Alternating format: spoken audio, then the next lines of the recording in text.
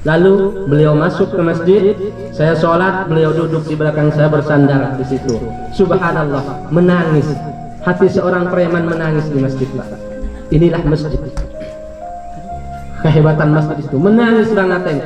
Apa yang saya dengar dari beliau? Ya Allah, kata dia waktu itu. Ya Allah, kenapa saya ada di sini? Ya Allah, kata beliau. Kenapa saya sampai di sini? Saya sudah berumur 60 tahun, tidak pernah menginjakkan kaki ke sini. Mungkin leluhur saya tidak pernah, saudara-saudara saya tidak pernah menginjakkan kaki ke sini. Kenapa saya sampai ke sini? Kata beliau, sampai menangis sambil air mata itu mengalir. Saya sholat, saya dengar, saya pun menangis walaupun saya tahan. Setelah itu saya ajak turun keluar dari masjid, beliau masih meluk tiang, lalu menangis, mencium tiang. Ya Allah, apabila, kata beliau, saya ingat omongan beliau, ya Allah, kata beliau, apabila saya bisa berubah, rubahlah. Apabila saya karena berkawan dengan orang ini bisa berubah, saya ingin berubah, ya Allah. Pada tahun 2012 saya masuk ke daerah ini sebagai seorang musafir. Saya berjalan bertemu dengan seorang bapak yang namanya Pak Ateng. Beliau asli orang Dayak, ya, asli orang sini. Beliau dulu tinggalnya di pesisir namanya Sungai Cina. Kalau dari sini masih pakai kato sekitar setengah jam, hampir 1 jam ke sana. Saya berkawan dengan beliau. Di situ saya sering cerita dengan beliau. Ketika kami lewat di pesisir sungai, di situ saya melihat sebuah gereja yang sudah tumbuh banyak rumput di sana. Saya bilang dengan Bang Ateng waktu itu, beliau seorang Katolik. Bang, saya bilang, saya paling takut masuk suatu daerah kalau di situ sudah tidak ada simbol agamanya. Artinya kalau daerah itu Islam pasti ada masjid atau musola. Kalau itu memang daerahnya Kristen, itu pasti ada gereja. Jadi kalau sudah gereja tidak terurus, saya takut di daerah situ sudah tidak bertuhan. Dan orang yang sudah tidak bertuhan, maka dia tidak akan ada rasa takut kepada siapapun. Itu yang sering saya ceritakan kepada Bang Ateng.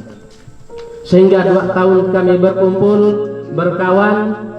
Alhamdulillah, waktu itu saya berjalan dengan beliau dan sampailah di Tanjung Hilir. Waktu itu jam 11. Saya bukan riak ya menceritakan, karena waktu itu saya belum sholat duha. Saya pamit, saya mau sholat duha dulu, mau singgah di masjid Kampung Dalam. Lalu beliau ikut dan saya suruh beliau tinggal di parkiran karena takut beliau tidak mau masuk masjid. Setelah saya melangkah, lalu beliau bilang, saya mau ikut ke masjid. Boleh enggak? Boleh, saya bilang, sampai asal jangan kencing di masjid. Ini saya masih ingat itu. Beliau ketawa. Masuklah ke masjid. Setelah sampai di situ, saya mau masuk, rupanya beliau di situ terpaku, tidak bisa naik ke masjid. Saya ceritakan, Bang Ateng ini Pak mantan preman, maaf bukan saya ngungkit. Beliau orang yang paling berani waktu itu, kalau cerita misalnya ngomong, beliau itu paling bekisuh. Itu aja omongan beliau. Tapi ketika beliau mau naik ke masjid, gemetar kaki beliau Pak. Saya pandang pucat beliau ini. Saya melirik beliau itu pucat, kaki gemetar. Ayo masuk Bang, saya bilang. Gemetar kaki beliau mau masuk ke masjid. Lalu beliau masuk ke masjid, saya sholat, beliau duduk di belakang saya bersandar di situ. Subhanallah, menangis. Hati seorang preman menangis di masjid Pak. Inilah masjid. Kehebatan masjid itu, menangis banget. Apa yang saya dengar dari beliau? Ya Allah, kata dia waktu itu. Ya Allah, kenapa saya ada di sini? Ya Allah, kata beliau, kenapa saya sampai di sini? Saya sudah berumur 60 tahun, tidak pernah menginjakkan kaki ke sini. Mungkin leluhur saya tidak pernah, saudara-saudara saya tidak pernah menginjakkan kaki ke sini. Kenapa saya sampai ke sini? Kata beliau, sampai menangis sambil air mata itu mengalir. Saya sholat, saya dengar, saya pun menangis walaupun saya tahan. Setelah itu saya ajak turun keluar dari masjid, beliau masih meluk tiang, lalu menangis, mencium tiang. Ya Allah, apabila, kata beliau, saya ingat omongan beliau, ya Allah, kata beliau, apabila saya bisa berubah, rubahlah. Apabila saya karena berkawan dengan orang ini bisa berubah, saya ingin berubah, ya Allah. Berangkatlah kami. Setelah itu beliau di tengah perjalanan ngomong dengan saya, "Sin," waktu itu, "bolehkah saya ikut kamu?" "Ikut kemana, Bang?" "Kalau saya ikut sholat dengan kamu boleh enggak?" "Boleh." Karena namanya ikut sama dengan abang bonceng dengan motor saya ini, boleh. Itu mohon saya tetap gurau karena saya tahu, saya takut Pak, karena dalam Islam itu adalah ikraha fiddin Pak, tidak ada paksaan dalam agama. Saya takut menipu Bang Ateng, merayu Bang Ateng. Namun beliau dalam beberapa hari selalu begitu, ingin ikut sholat, ingin ikut saya. Akhirnya pada hari Kamis, saya masih ingat tanggal 28 Dzulhijjah, beliau dengan saya ikut kato di situ. Lalu saya suruh matikan kato, kami beranyut. Lalu saya tanya kepada beliau, "Betulkah sampai ini murni untuk ikut dengan saya?" Kata beliau, "Betul." Lalu saya kuatkan hati saya bilang, "Bapak harus mandi, Bapak harus suci, harus bersih." "Bagaimana cara mandinya?" "Bapak harus bersyahadat." Lalu disitulah beliau menyambut, saya siap. Lalu saya syahadatkan beliau. Waktu itu di situ ada musola yang sudah ditempati ayam Pak ya, musola yang sudah tidak dilaksanakan sholat di situ ya, sudah purok lapuk. Dan disitulah kami mulai sholat zuhur. Setelah itu saya ngomong dengan beliau, "Bang," saya bilang, "di sini banyak muslim kan Bang?" "Iya, insyaallah." "Bagaimana kalau kita sama-sama untuk membangkitkan lagi agama Islam di sini? Bisa kan Bang?" "Oh bisa." "Ayo."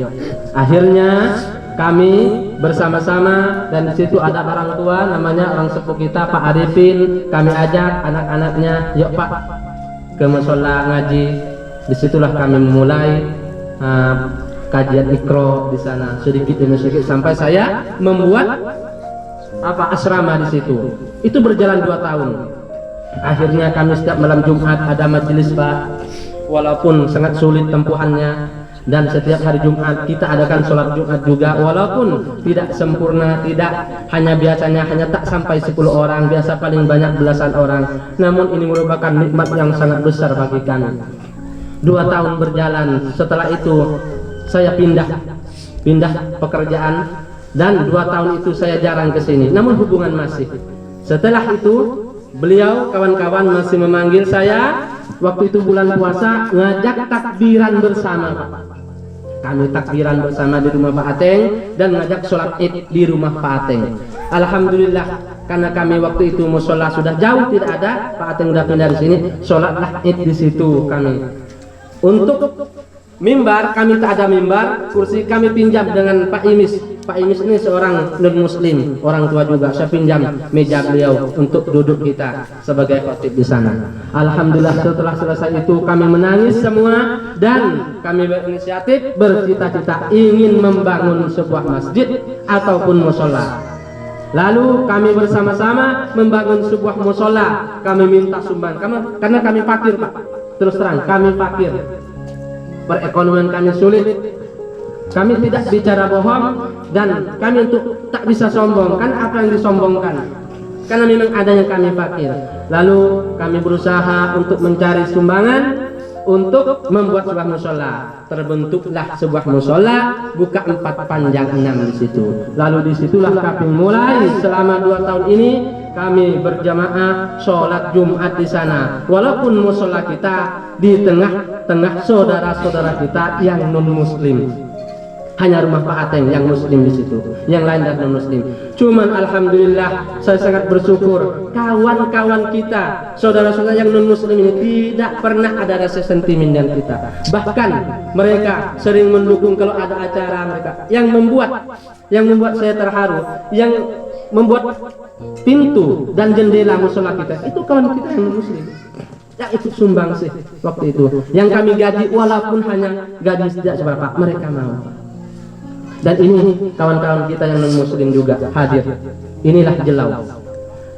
Jadi karena yang muslim semua dari pesisir pindah sampai ke sini, walaupun dengan bentuk rumah yang seperti itu Pak, yang masih beratap terpal, beratap baleho, mereka pindah ke sini. Lalu musola kita di situ sering terkena banjir, maka kami berinisiatif, kami ingin pindah ke darat, membuat sebuah masjid. Ini cita-cita yang sangat besar, yang mungkin sulit di luar jangkauan Pak. Namun kami mulai dengan membuat ini Pak pertama. Nih, ini adalah kita membuat aula pertama dari kayu-kayu bulat.